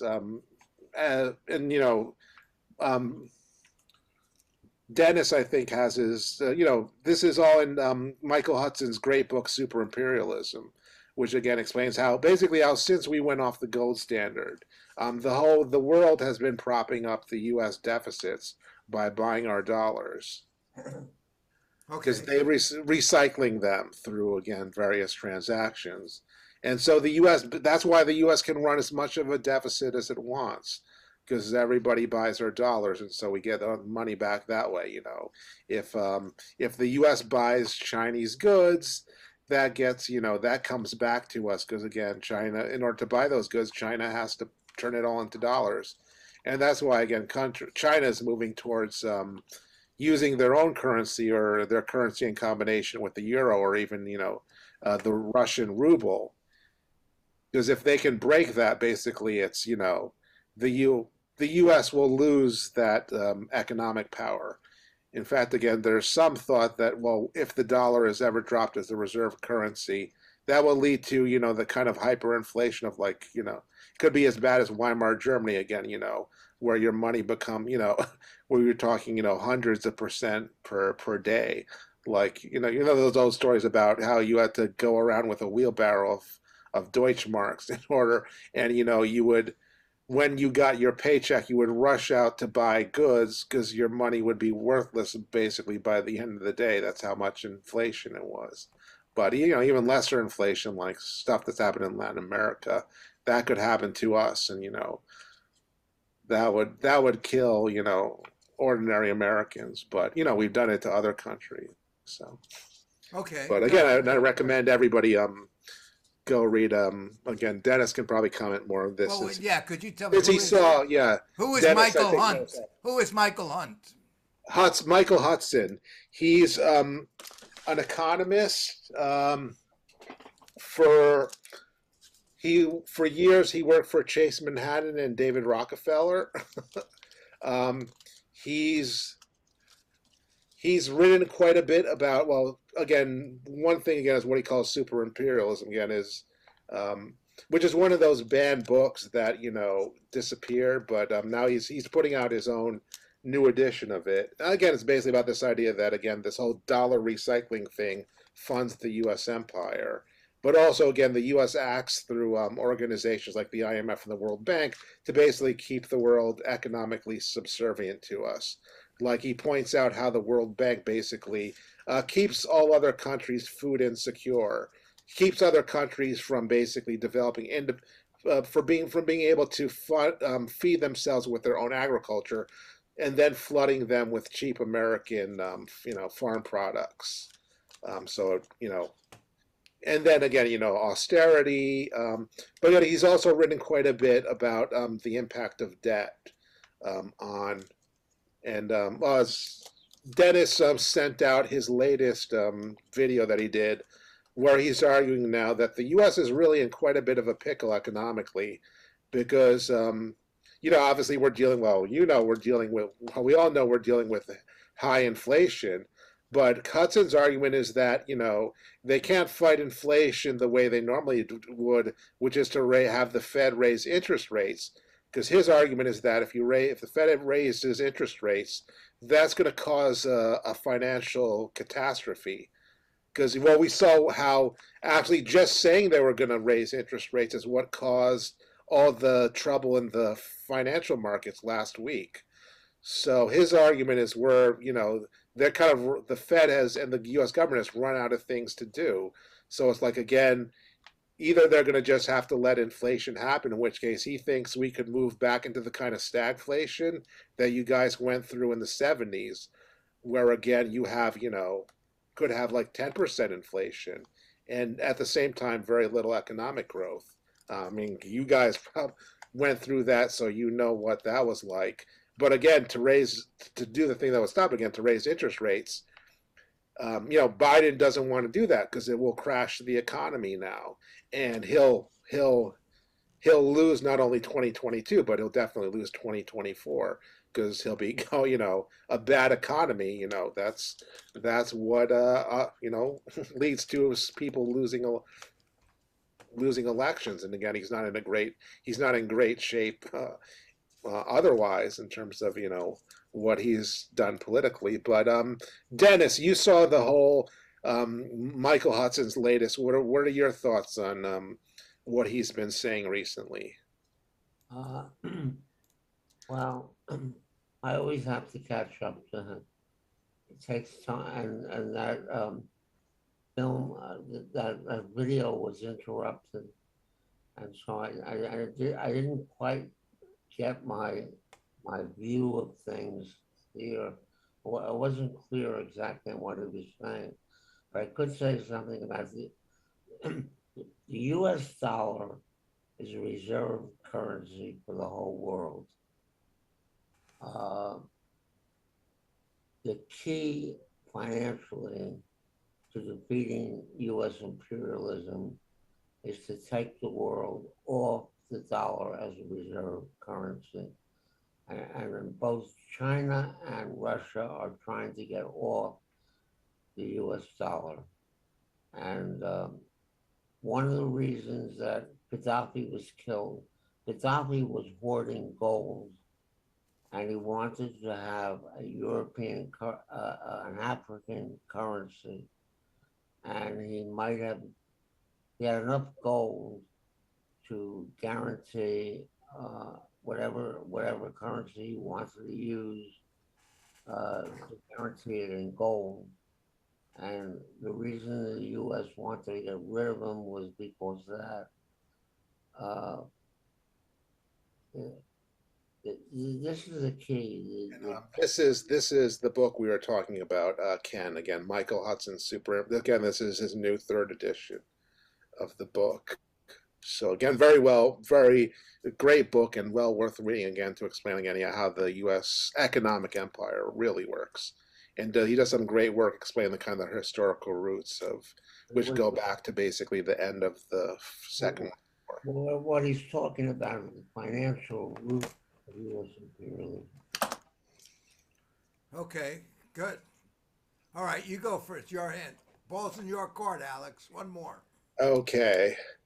So let's talk about the report from Amnesty International, which I think we'll probably try and do a bit more with tomorrow when we have more time to get in depth. But this again is Amnesty International is joining, Human Rights Watch and B'Tselem, the Israeli human rights organization, in declaring Israel an apartheid government, apartheid state. So obviously that's rolling things internationally for Israel, and there have already the usual counterattack of claiming that now Amnesty or anti-Semites has started as well. But here, this is Al Jazeera commenting on this. Amnesty International says Israel has built up an array of policies, laws, military coercion and economic and social discrimination that amounts to oppression and domination over Palestinians in the areas it controls. In short, it says, a system of apartheid. We are here today to call on the international community to take resolute action against the crime of humanity being perpetrated in order to maintain the system of apartheid. The report highlights last year's tensions over threatened displacements of Palestinians from their homes in the Sheikh Jarrah neighborhood of occupied East Jerusalem and the military and communal violence that followed. It sets out a catalogue of instances and techniques whereby Palestinians have been displaced from land in Israel and in the occupied territories.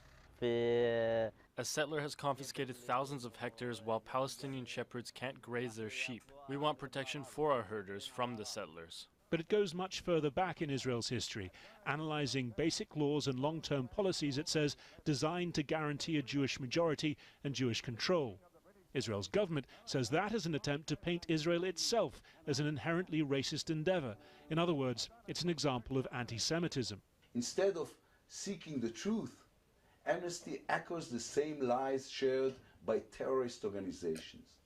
5 minutes of serious examination would be enough to know that the so-called facts in the report published by Amnesty this week are delusional and disconnected from reality. Amnesty calls that a diversion. We're not questioning the fact that there is an intent or a desire to create a Jewish state. What we are saying is that a Jewish state must respect and protect the right of all people on its territories. This is the 3rd report within the last year accusing Israel of apartheid, after Israeli rights group B'Tselem and Human Rights Watch reached similar conclusions. Amnesty says the events here in Sheikh Jarrah in 2021 are further evidence of the conclusions that it was making in its report and evidence of the need for such work to be done. It also says that one of the first things that Israel can do to start unpicking what it calls an apartheid system is to protect and restore Palestinian homes such as these. Amnesty also wants the findings from this report used in investigations currently being undertaken in the International Criminal Court and at the United Nations. Harry Fawcett, Al Jazeera, occupied East Jerusalem. Right. So in the report again, Amnesty International said that there should be a case basically against Israel in the International Criminal Court, in part based on, again, their findings, and a prosecution of Israel, essentially, for crimes against, including for crimes against humanity, which is what apartheid is. So of course, well, as you saw again, there's the usual response from this, not just the Israeli government, but from the whole, Israeli lobby in various countries to smear Amnesty International as, as is all anti-Semitism, etc. But yeah, we're hearing all that. What are your thoughts, Ken? Oh, I don't know. I want to hear the other side. I want to hear the 5 minutes. I want to hear the 5 minutes he's talking about. I haven't heard the counter arguments. So I know that,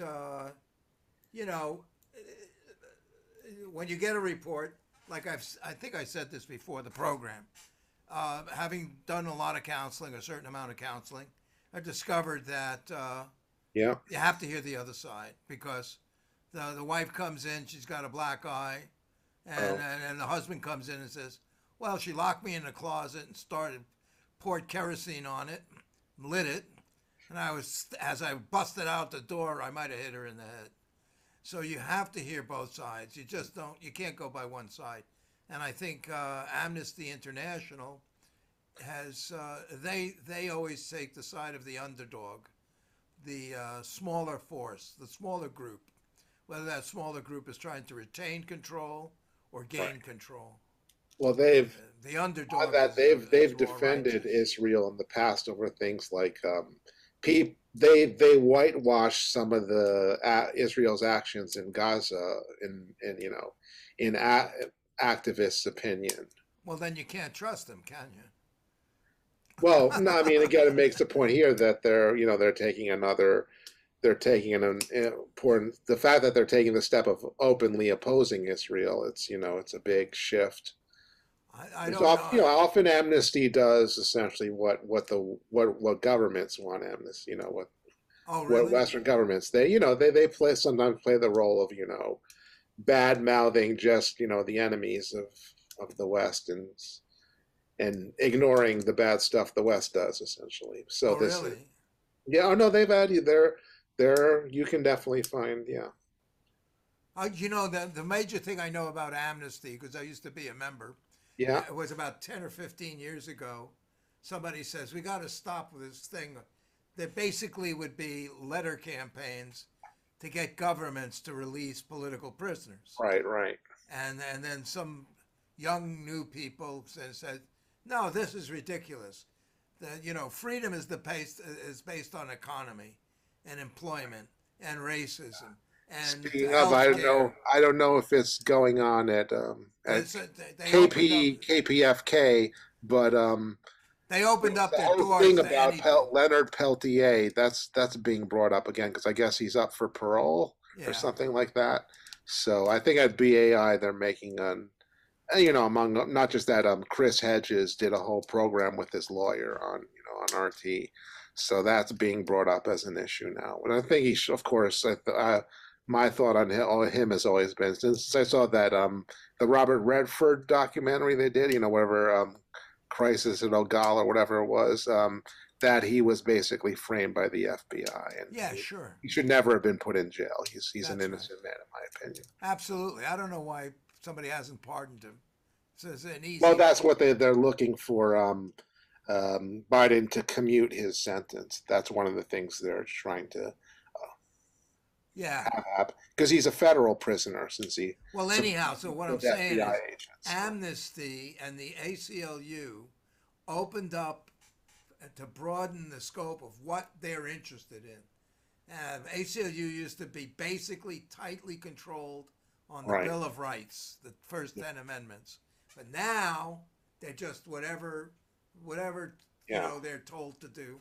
And they've shifted somewhat because people were pointing out, before COVID, their policy on medical mandates was that it was a violation of your bodily autonomy. Yeah, that's but right. During now, they gave up. They came out of support of mandates, so they kind of did a 180 on that. That's right. They gave up. They no longer endear my respect. Yeah, no, I mean, they just follow the money and follow the news, and they do what's politically correct, quote unquote. They don't stand up for principles. We haven't heard Dennis talk about the ACLU has walked and Israel. away. Now Israel too. Okay, but I'm just done. I'm going to talk about the ACLU. They walked away from integrity of standing on issues. They only defend people on the left. They don't defend people whose civil liberties are violated on the right. They've said nothing about people being taken off Twitter or YouTube. Nothing, not a word, and so forth. You know, just the left. And there you go. They flipped their position on the mandate, which is obviously, you know, if you're civil rights, you stand for no censorship and no mandates unless it's an extreme emergency. Okay, hey, yeah, let's go to Dennis on, what were we talking about? Now I forgot, I got all hot. Amnesty International's report on right, yeah. Israeli apartheid. Yeah. Yeah, you want me to comment? Yeah. Israeli apartheid. Israel is an apartheid state. Yeah. That's exactly what I said. It's a good place to visit. They're